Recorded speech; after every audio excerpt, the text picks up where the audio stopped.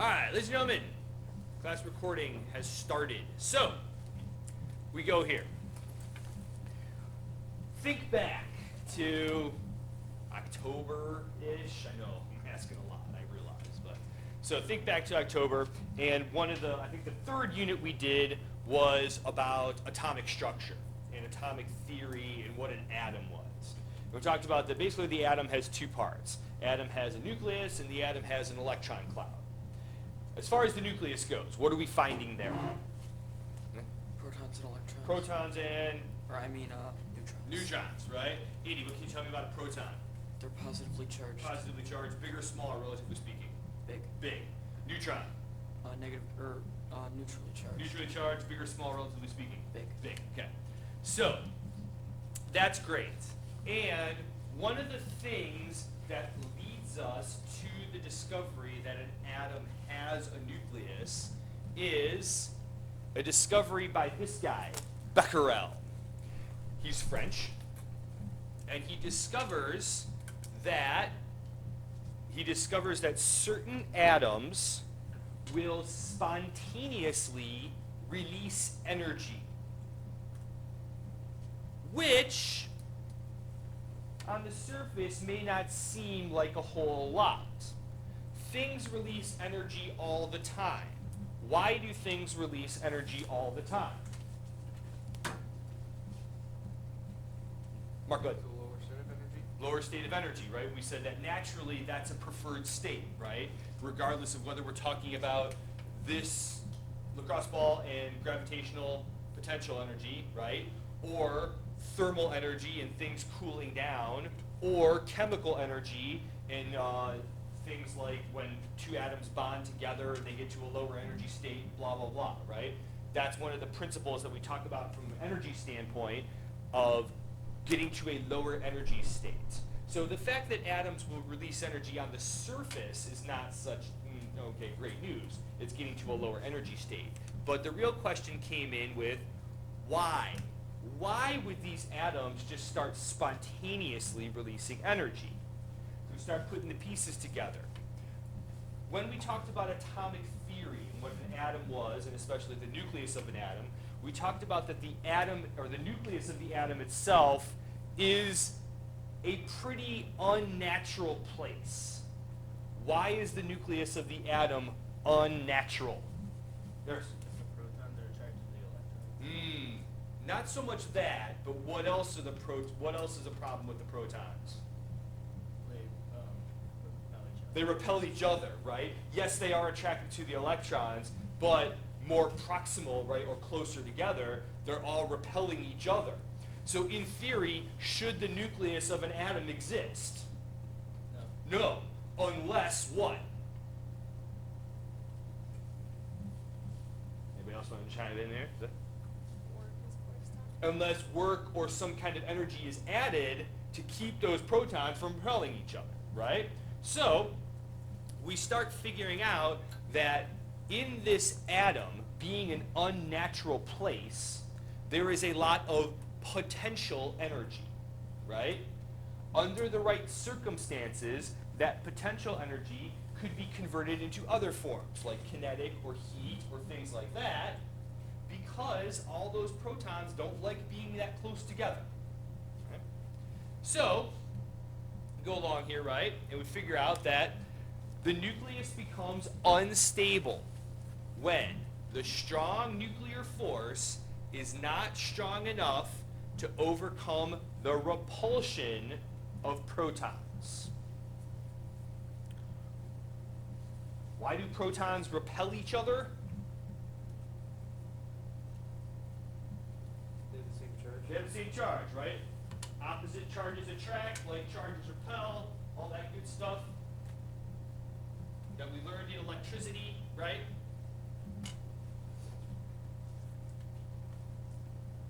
When that happens, when we talked about atomic structure, that the nucleus of an atom is a pretty unnatural place, right? It shouldn't exist unless something was forcing it together. And we call that something that forces it together the strong nuclear force. Eventually, if we get too many protons in the same spot, right, the outward push of the repulsion of all those like charges overcomes the inward pull of what we call the strong nuclear force, right?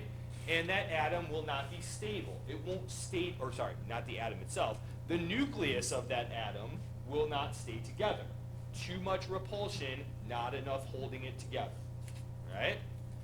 When that happens, we refer to that atom as being radioactive.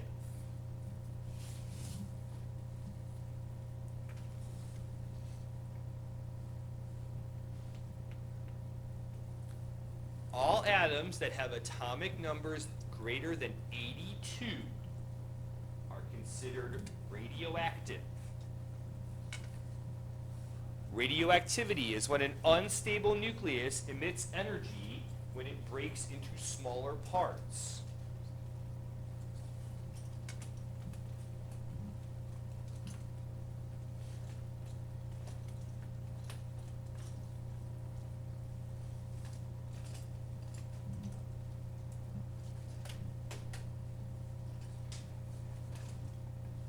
Right? Hopefully remember, opposite charges attract, like charges repel. Too many protons in the same spot, they want to repel each other, right? They end up pushing each other apart, and that nucleus doesn't stay together. Here's good. Why is technetium radioactive? Technetium, there is just something about that, to bring in the conversation, right? If you look on your periodic table, if you want to grab your periodic table, you can. Element number 43, I think it's 43 if I remember correctly. Go check it. Remember this periodic table was made way back in the day? Yeah. So, just so you guys know, I ordered another one this year that actually goes down. Anyway, element number 43 is called technetium, and it is radioactive, even though it's not to this magic number of 82. Okay? Sorry, should know this. Anything over atomic number 82 is considered radioactive in some way. Okay? But there's just something about that combination of 43 protons that we don't find naturally. Why? I don't know if we really know the answer to that question. Why? It's just something that we don't find out there naturally. Like, we can make it in the laboratory, but when we put it together, it doesn't stick together and it falls apart. Right? So there's that's out there. Okay? Mark, go ahead. I'm assuming it's the same case with promethium. That's like 60 something, right? 61. Yeah, 61, same thing. Yeah, that it just doesn't exist naturally, or when it does exist naturally, it falls apart over a long period of time, but it does. Okay? Same thing. So lead is counted as radioactive? Lead, greater than 82, right? Greater. Yeah, so anything past lead, I think, is bismuth next? Yeah. Okay. Yeah, so anything past the lead is considered to be radioactive. Okay? Now, to what degree is it radioactive? That depends on a lot of different factors. Okay? So don't just think that anything above 82 is automatically dangerous, and you're like, oh my God, we shouldn't. There's different levels of radioactivity, which we'll talk about here in just a little bit. Okay? But there's too many protons there. That proton repulsion is too great for the strong nuclear force to keep it all together, and so it ends up coming apart in some way, shape, or form. Okay? Good there. All right, next.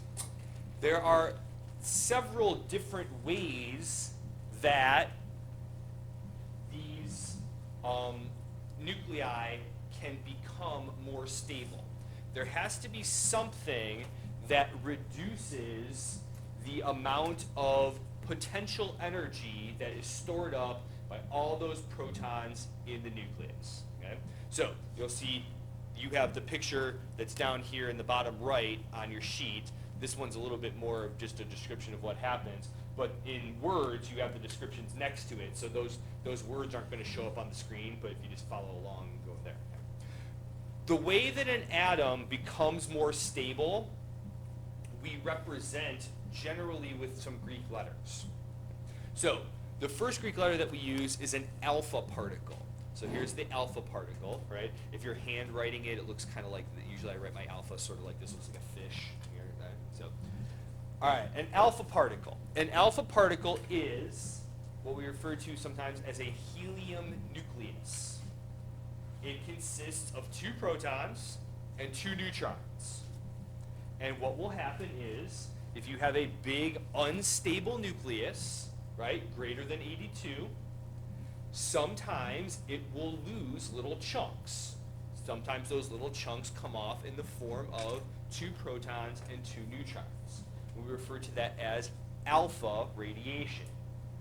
Because it's losing 2 protons, right, there's less positive charges there, which is good because what do we know all positive charges do to each other?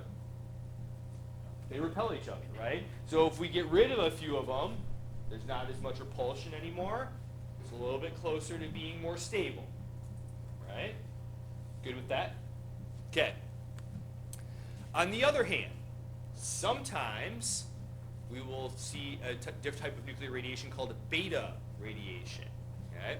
So when I make my beta, I kind of like make it kind of curvy B, and it's got like a tail on it. It looks like that. Okay? That's sort of a handwritten way. You can see down here like that. Okay? So a beta radiation, these are all ways that this nucleus is trying to get more stable. There's too much repulsion between all the protons, and so there has to be a way for it to get a little more stable. Okay? Beta radiation is basically an electron, which may seem weird, like, well, wait a second, if there's too many protons, why are we getting rid of electrons? And first off, why is the nucleus of an atom giving off an electron? Well, what we find out is during beta radiation, sometimes those protons will fall apart into different sections, and they will actually give an electron off. What you find out when you start looking at why something is unstable or why the repulsion occurs, it's not necessarily just the number of protons that matter. Okay? First, why do protons repel each other? Same charge, right? They're all positive. Okay? But what we find out when we start looking at the nucleus of an atom, it's not just the number of protons that's the magic factor. A lot of times it's the ratio of protons to neutrons. And that ratio sometimes can make something more stable even though it has more protons just by the ratio that shows up. So spitting out an electron out of the nucleus is actually part of a neutron that sort of falls apart into a proton and electron, and it makes the ratio more favorable. Okay? Good there? At least for starters? All right. The next type of radiation that occurs is called gamma radiation. And gamma radiation kind of looks like a fancy Y. That's kind of how I handwrite mine. Okay? While alpha radiation and beta radiation are both matter, okay? Alpha particles are 2 protons and 2 neutrons. Beta particles are electrons. Gamma radiation is not matter. Gamma radiation is energy. Okay? All of this stuff happens because the nucleus is unstable. It exists in a high energy state. We talked about throughout the year, right?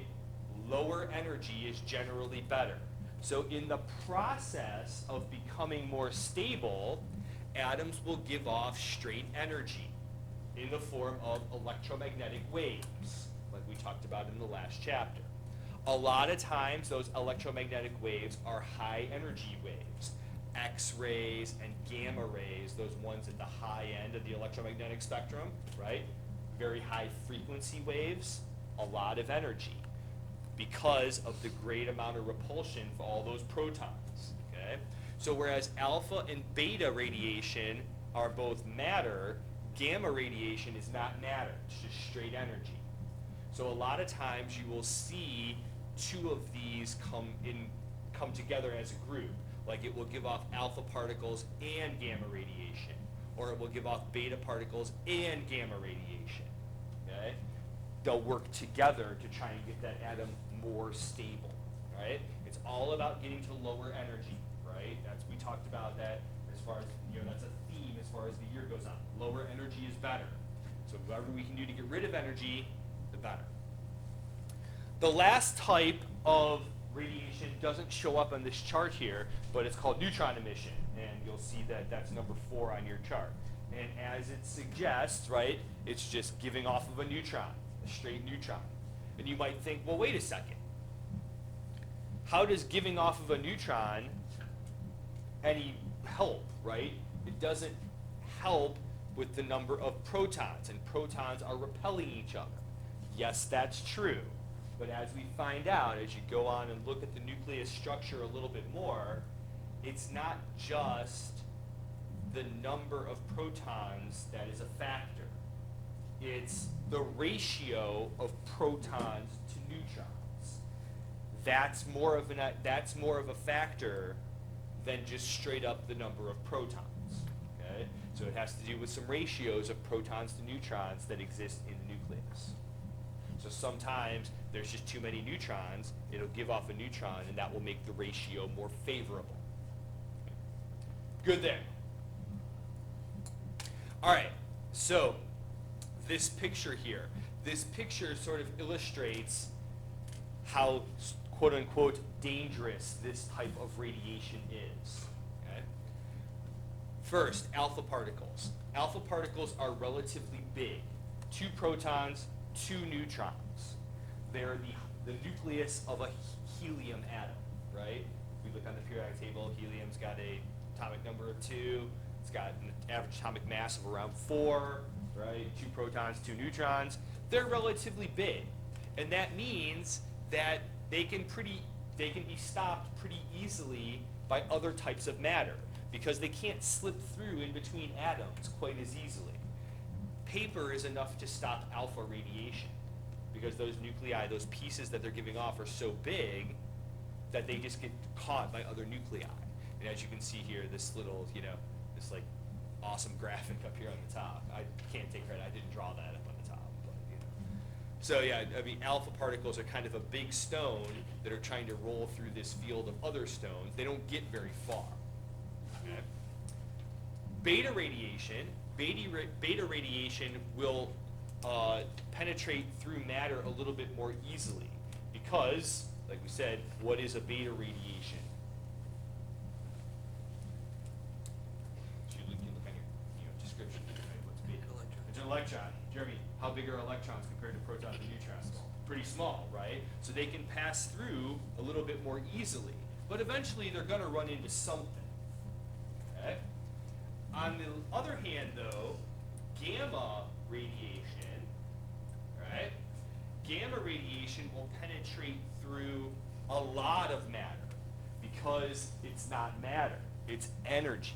It passes right through that matter, right? It gets transferred from one to the next, either like by conduction, like we talked about in the last section, or maybe by radiation, where it doesn't even run into that matter, and it just goes straight through. So now we're talking about like a sheet of lead not really, being able to stop this gamma radiation. When we talk about the dangerous kind of radiation, gamma radiation is really the one we're worried about. Okay? Why? Well, it penetrates through a lot of stuff, but 2, it's also just energy, right? And going back to like the 3rd week of school, what is energy? Go. The ability to do damage, the ability to change things, right? So gamma radiation, that's the dangerous stuff, right? That's the stuff that we worry about in like nuclear power plants and solar radiation and things like that. Gamma radiation is really the one that we're worried about. Okay. All right, good there. Now, we won't get real detailed into the way that atoms decay and what atoms give off alpha particles and what atoms give off beta particles. That's for a different class. That's not our job, okay? But what we find out, what we do want to talk about is how quickly those things will decay. How quickly does an atom give off alpha particles if it gives off alpha particles, or beta particles if it gives off beta particles? And that gets us into radioactive decay rates, and especially the idea of half-life. Half-life is the time it takes for half of a radioactive sample to decay. Remember, radioactive atoms will somehow, some way get to a lower energy state. Sometimes that means losing protons, like in an alpha particle. Sometimes it means losing electrons, like in a beta particle. Sometimes it means losing neutrons in a neutron emission. Always, though, it means losing gamma radiation, which is just energy. There's always some tandem of those four that get it to a lower energy state. When we talk about half-life, we're talking about how quickly does that happen. In one half-life, half of the radioactive atoms decay and half are left unchanged. Now notice, it doesn't say anything about what type of decay, because it's different for all different kinds of radioactive materials, okay? And then, I'll show you a picture that illustrates this point here in a second. So the picture that's there, the little graph, that's getting to the details of this, and we'll talk about it here in a second, okay? So in one half-life, half of the radioactives decay and half are left unchanged. So we have half that are stable and half that are still unstable. In the second half-life, half of the remaining atoms decay. So now, 3/4 of what we had originally are stable, but there's still 1/4 that haven't reached that stable level yet. Right? They're still what we refer to as radioactive. This graph, while not atoms, it's showing heads and tails, but still it illustrates that point. So let's say you put 64 pennies in a jar, or whatever it is, okay, or in your hand, and you toss them up in the air, and you're going to take away all the ones that land heads, okay? So just by sheer dumb luck, because that wouldn't happen in real life usually, but it could, out of the 64 pennies that you had, 32 of them came up heads, 32 of them came up tails. Okay? The ones that are heads are the ones that have emitted some kind of radiation. Might be alpha, might be beta, it's going to be gamma definitely, right? Might be neutron emission. So those atoms have become stable. Remember, there's something wrong. Too many protons, too much repulsion, not stable. Right? So those 32 pennies that ended up heads represent these atoms that have decayed somehow, some way. So we take away those 32, and now you got 32 left, and you put them back in the jar. You shake them up, you toss them up in the air, they all land again. Out of those 32, 16 came up heads, 16 came up tails. So now, out of the 32 that were still unstable after the first toss, right, 16 of those 32 have now become stable. And you've only got 16 left that are unstable. Right? So you take away the ones that land heads, grab those 16 that came up, or grab those 16 that came up tails. They've now come up tails twice, right? Put them back in the jar, shake them up, throw them up in the air, and they land. And out of those 16, 8 heads, 8 tails, right? So this is the idea of half-life, that each half-life, half of the atoms that are there have become stable and are not radioactive anymore, but half of them still are. In theory, this line right here never actually reaches 0. It approaches 0 asymptotically, right? That we talk about what that and the amount of time it takes for half of that to go away, we refer to as the half-life. Okay. Is that good? Okay with that idea of half-life? All right. Now, scientists, early 1900s, start realizing these things about the atom. So a lot of this stuff starts being developed late 1890s, early 1900s. And that's when we start learning about things like the electron and the proton and in the nucleus of the atom. Guys like Thomson and Rutherford and Bohr. All these names hopefully sound familiar. Okay? So all that stuff is coming along and developing at the same time. Experimentation is becoming more sophisticated. We're getting better at measuring stuff. Technologically, we're getting more advanced. We're making strides. Okay? So what starts happening is that people start seeing these things about the atom, and they're like, okay, and they realize that the proton is really what makes an atom, and we figure out that the number of protons determines what kind of atom it is. And so people start thinking, okay, well, wait a second. Could I just add another proton to this nucleus and make it something different? And so there's a lot of experimentation that goes along with that. And out of that, a couple of ideas come out. The first idea that comes out of that we refer to as nuclear fission. So, nuclear fission is first proposed by two European scientists, Lisa Meitner and Otto Frisch, in 1939. I believe Meitner, if I remember correctly, was Austrian, and Frisch was German. Nope. All right, let me get my facts straight. I might be lying to you totally. Okay, I'm trying to remember now. No, Frisch was Meitner's nephew. But this guy, Otto Hahn, used to work with Lisa Meitner. But Lisa Meitner was a Jew. And if you check out your time frame here, 1939, Europe's not such a nice place for Jews to be in 1939, right? Have we gotten to that yet, or are we okay with what we're talking about here? 1939 is pretty much the start of World War II. Okay? The Germans go in and they invade Poland and Austria, and they kind of just start moving their way east. Okay, and then after that, right, they pretty much run into Russia, or the Soviet Union at that point in time, right? And that kind of falls apart. So they decide, hey, we're going to go west of this now, and they start taking over France and Belgium, and then they run into England, and they can't take over England, right? So they kind of like stall out a little bit. But, right, in that time, that's when the Holocaust starts, getting rolling here. And we don't find out about it for a long time, but that's when it starts happening.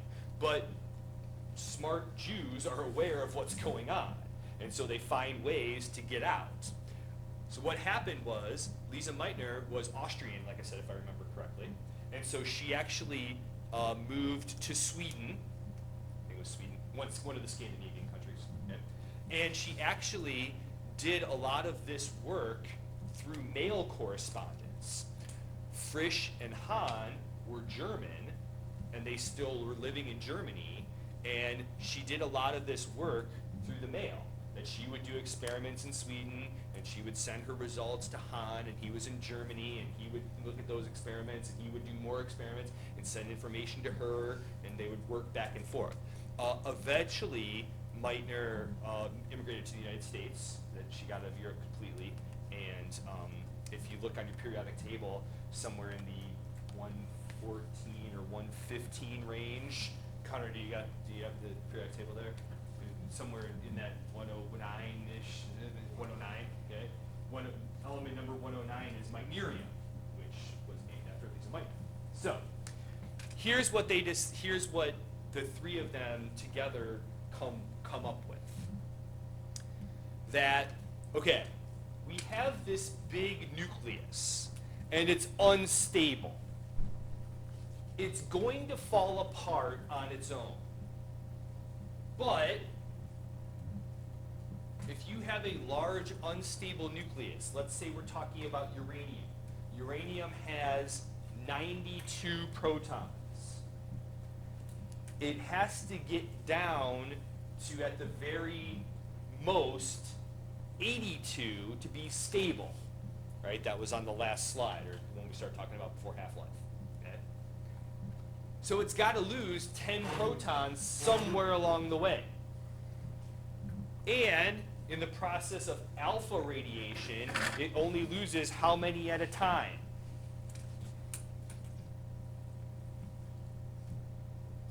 2. So it's got to lose at least 5 alpha particles in order to be stable. In many cases, that takes a long time. So, what Meitner and Frisch and Hahn sort of put together is, what if we could give it a little push? And instead of just letting little chunks fall off here and there over hundreds of years, thousands of years, however long it takes, different for every atom, what if we could just sort of like chop it in half? And instead of little chunks falling off and it becoming stable a little bit at a time over a long period of time, what if we could just go bam, slice it in half, and there we go. Okay? And that's the process of nuclear fission. We will get into how it happens a little bit more tomorrow. Okay? So that's where we're headed tomorrow. If you take a look at the calendar, calendar has some reading activities here. What is radioactivity? It talks about half-life and stuff like that. That deals with more of the general gist of what is radioactive materials and stuff like that. So, gotta get you caught up with that.